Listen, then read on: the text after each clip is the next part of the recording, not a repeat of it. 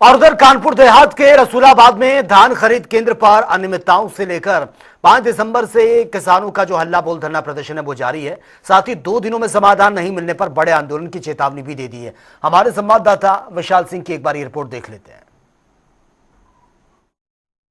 धान खरीद को लेकर अनियमितताएं चल रही थी, जहां पर किसान संगठन महात्मा टिकैत संगठन के रूप में यानी कि प्रदेश पूर्वी अध्यक्ष थे विपिन तिवारी, उनकी अगुवाई में कानपुर नगर के जिलाध्यक्ष विपिन अनंत अवस्थी और कानपुर देहात के जिलाध्यक्ष रणवीर यादव के नेतृत्व में एक विरोध प्रदर्शन चालू हुआ, जहां पर उनका कहना था कि जब उन्होंने शुक्रवार को 5 दिसंबर को जब उन्होंने धरना दिया तो वहां पर धान खरीद चालू हो गई। उससे पहले किसानों की समस्याएं थी कि क्रय केंद्रों पर धान खरीद नहीं हो रही, सिर्फ कागजी खाना पूर्ति हो रही। इस संदर्भ में लगातार ज्ञापन चला था, 7वां दिन हो गया है और यहाँ पर ज्ञापन देने तहसीलदार को पहुंचे, उनसे पूछेंगे क्या आखिर पूरी वजह थी और किस वजह से लेकर उनका धरना चालू हुआ था। अभी तक एक भी पूरा धान अभी किसानों की नहीं तौली गई है। अब वो अभी रुकी हुई तौल बाद में अपना पूरा सब मिल वालों से खरीद के और बिचौलियों से खरीद के अपना पूरा कर लेंगे। ज्ञापन दिया अधिकारियों को, क्या अधिकारियों हमने पहले ही भाषण में बोल दिया कि 4 दिन का समय है। 4 दिन अगर नहीं कोई मतलब जो है अधिकारी एक्शन लेता है तो सीधे डीएम कार्यालय में धान की ट्राली पहुंचाई जाए किसानों को। खैर तहसीलदार महोदय आए,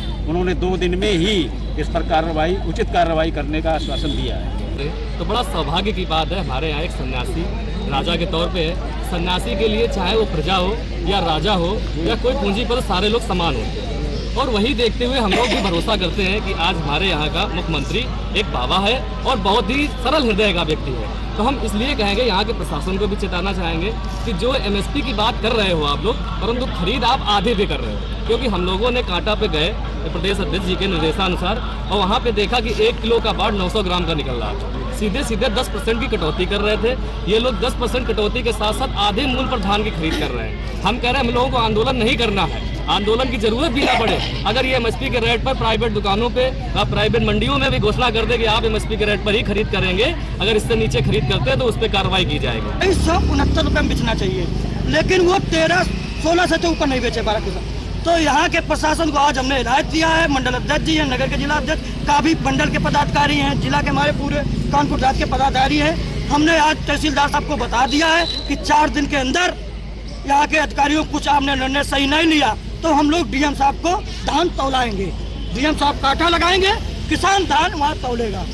जैसे कि जो जिलाध्यक्ष थे उनका साफ तौर पर कहना था कि हम लोग किसानों की समस्याएं थी उनको अवगत कराया था, लेकिन जिम्मेदार अधिकारियों की आंख कान नहीं खुली। लगातार कहीं ना कहीं उत्तर प्रदेश सरकार किसानों की सहूलियत की बात करती है, आय दुगनी की बात करती है, लेकिन जब किसानों की समस्याएं सामने आती हैं तो किसान संगठन को आखिर में अपनी आवाज बुलंद करने के लिए विरोध प्रदर्शन करना पड़ता है। आखिर में 2 दिन का आश्वासन तहसीलदार के द्वारा दिया गया है। देखना ये है कि किसानों की जो समस्याएं हैं उनका निराकरण करने में तहसील प्रशासन कब यानी कार्रवाई अमल में लाता है। विशाल सिंह टीवी, रसूलाबाद, कानपुर देहात।